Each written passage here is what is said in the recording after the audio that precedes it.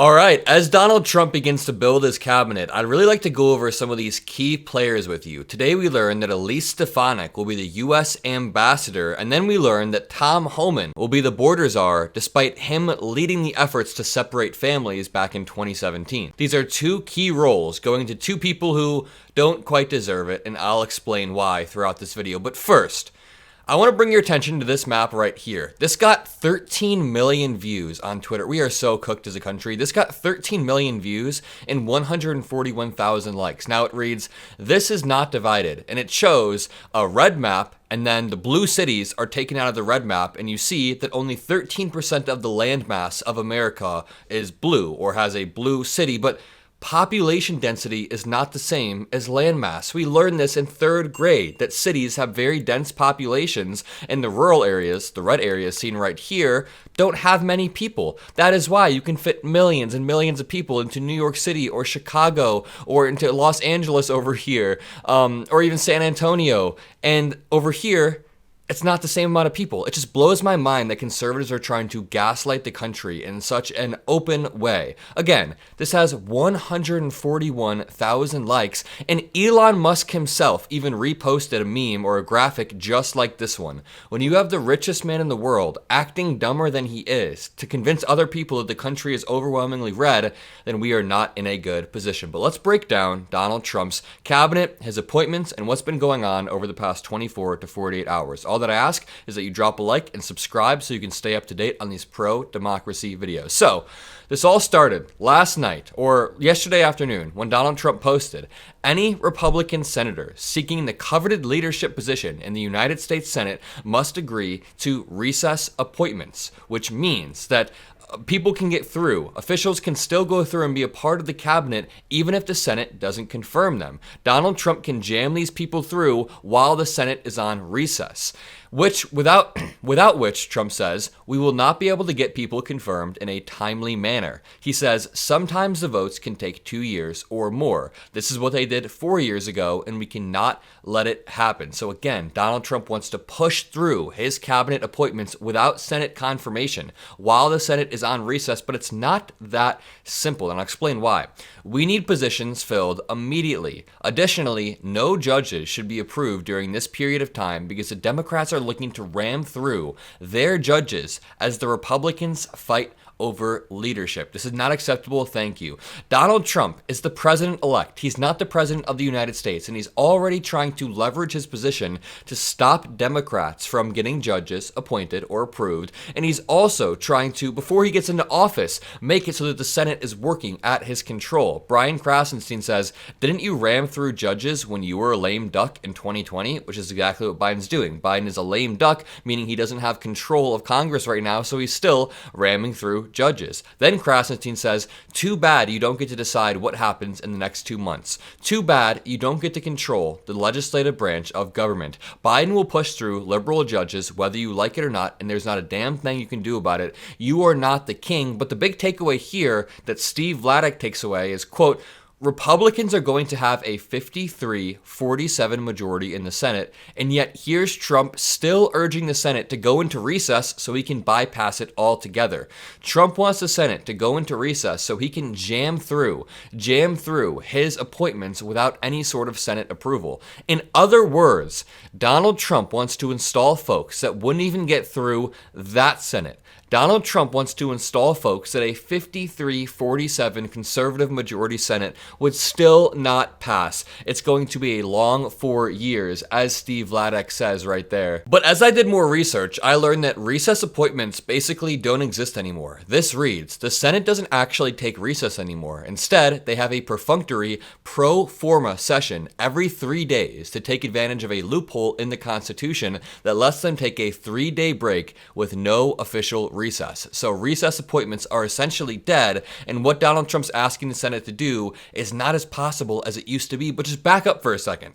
Donald Trump is trying to shove through people that he deems too extreme for a 53-47 majority in the Senate. This dude has all chambers of Congress, and he's still trying to overreach before he's even the president. That is insane, and we haven't even gotten to Donald Trump's actual House picks yet. Let's start off with this one. We learned yesterday, Trump taps former immigration official Tom Homan as border czar. Now, first of all, Tom Homan was instrumental to writing Project 2025, but we can put that aside for 1 second. The president-elect says Homan will oversee the deportation of illegal migrants. All right, so listen up. Donald Trump picked Tom Homan, who used to be the director of ICE, as his border czar. Homan is 62, and this was widely expected, but it gets crazy. I've known Tom for a long time, and there is nobody better at policing and controlling our borders, Trump wrote on Truth Social. Now, Trump has promised mass deportations of undocumented immigrants on day one, and Tom Homan came out, and I think he's lying. Tom Homan came out and said, hey, this won't be a violent, bloody deportation. It will be a chill deportation where we go for the worst people first. But if you read Tom Homan's history, I think he's lying. Homan played a key role in designing and carrying out Trump's highly controversial family separation policy, under which children crossing the southern border into the U.S. without legal permission were separated from their parents or other adults so those people could be criminally prosecuted. Again, Tom Homan helped write Project 2025. He helped design and then carry out the border separation policy where they separate families, and the policy referred to as zero tolerance began in 2017 and ramped up in early 2018. So my question to you is, when Tom Homan comes out and says he wants to do this in a very humane way, he would never like to hurt a soul, do you believe him? Because I don't. I don't believe him just simply based on his past working with Trump. Homan is expected to be a part of the White House staff and would not be subject to Senate confirmation. Here we go. He would not have legal authority over the federal agencies involved in managing the border. And this reads right here, Tom Homan doesn't even know if Nick Fuentes, the white nationalist, is bad or if his America First PAC is bad. Even I know the Nick Fuentes America First PAC is absolutely disgusting. And just read what this says. Read this guy's incompetence. It says, Homan confirmed Huffington Post on a phone call that he indeed had arrived to speak at the America First PAC run by Nick Fuentes. His assistant had arranged the appearance, he said, and Homan said they may have confused Fuentes' group for another one. So many of the conservative groups sound the same, Homan said. That's not going to cut it, man. Nick Fuentes has said repeatedly, women should be treated as if we were under the Taliban. Women should be burned at the stake. He's the one that started the your body, my choice. He started that whole trend a few days ago. While sitting at the table waiting for the conference to start, Homan said he looked over the agenda for the evening and decided he'd better Google Nick Fuentes' name. He saw some stories labeling Fuentes as a white nationalist, but he was doubtful of them. He was doubtful. Homan said he himself had been unfairly called a bigot and racist, so he decided to double check. Then he found a story that did disturb him. Fuentes praised Putin's invasion of Ukraine. This prompted Homan to leave the conference before the conference started. So there's a few things right here. First of all, how damn incompetent do you have to be to go to a Nazi rally without realizing? And also, he then gets asked if there was any self-reflection or if he thought that Fuentes was a bad person.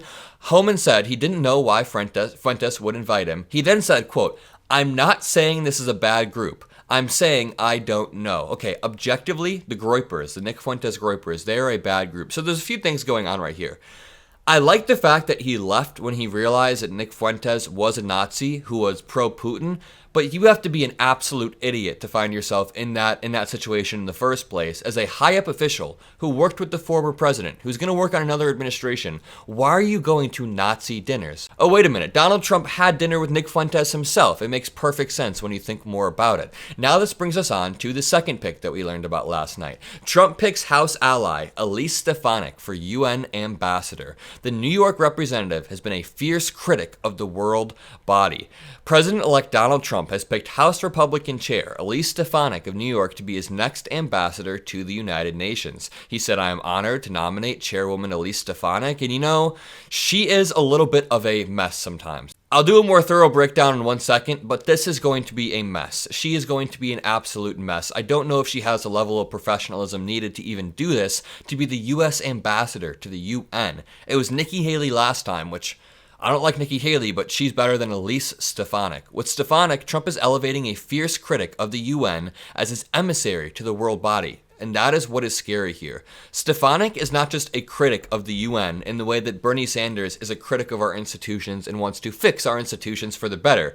Elise Stefanik is a critic of the UN in the sense that she wants to nuke the entire organization. She wants to be the virus that comes in and makes it sick, and she wants to make sure this alliance that we've built crumbles. We know that. The latest sign that Donald Trump makes good on pledges to strongly support Israel on the world stage and play hardball with international alliances and organizations, even including things like NATO. Lord have mercy on all of us. Elise Stefanik also quickly deleted her press release about the January 6th Capitol riot, in which she said the quote, perpetrators need to be prosecuted to the fullest extent of the law. Elise Stefanik said on January 6th, this is a truly tragic day for America. I fully condemn the dangerous violence and destruction that occurred today at the United States Capitol. She then deleted that. She deleted that when she realized that her loyalty to Trump means more to her, I guess, than her loyalty to the Constitution and to the United States. Time and time again, we see these disgusting people turning their backs, and Elise Stefanik is so loyal to Trump that she would absolutely nuke the UN as some sort of virus. And listen, the United Nations is not perfect, but we do benefit from it. And finally, I want to show you Representative Mike Collins, who tweeted out last night, I will not be voting for Thune or Cornyn for the Senate Majority Leader. Do not attempt to change my mind. Representative Mike Collins sent this out, and he got community noted right away. Mike Collins is a member of the House of Representatives and therefore cannot even vote on Senate leadership. Even our buddy Noah was taken, said, Mike Collins is a congressman, cannot vote on Senate leaders. He's a congressman in the House of Representatives. Maybe our leaders should take civics tests before being elected into office. Noah went viral. Great job to Noah. And to end this off, I just want to read this article. A wrecking ball. Climate experts now warn Trump's win will set back global climate action. Well, no shit. Obviously, Trump is not going to help us when it comes to climate change, but what it says is wild.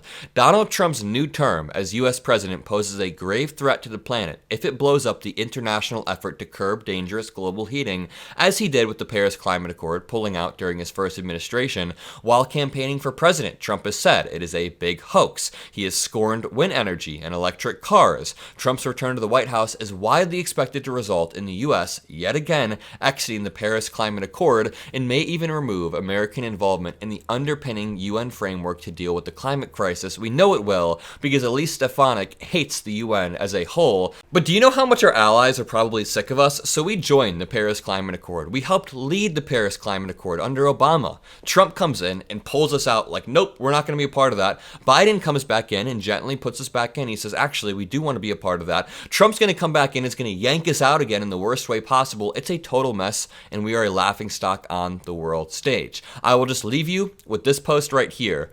They are so dumb. They are so dumb. They are so dumb. I hope you guys enjoyed the video. Drop a like, subscribe. I'll see you in the next one, and peace out.